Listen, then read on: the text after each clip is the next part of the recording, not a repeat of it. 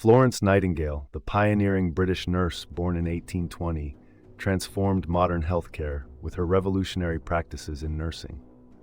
Her journey began in the Crimean War, where she organized sanitation practices amidst appalling conditions, significantly lowering mortality rates.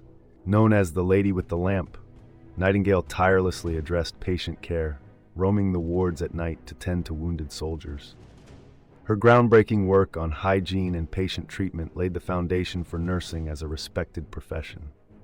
Nightingale's contributions extended beyond her lifetime, as her advocacy for healthcare reforms and training programs reshaped medical practices worldwide, inspiring generations with her resilience and cutting-edge vision for compassionate care.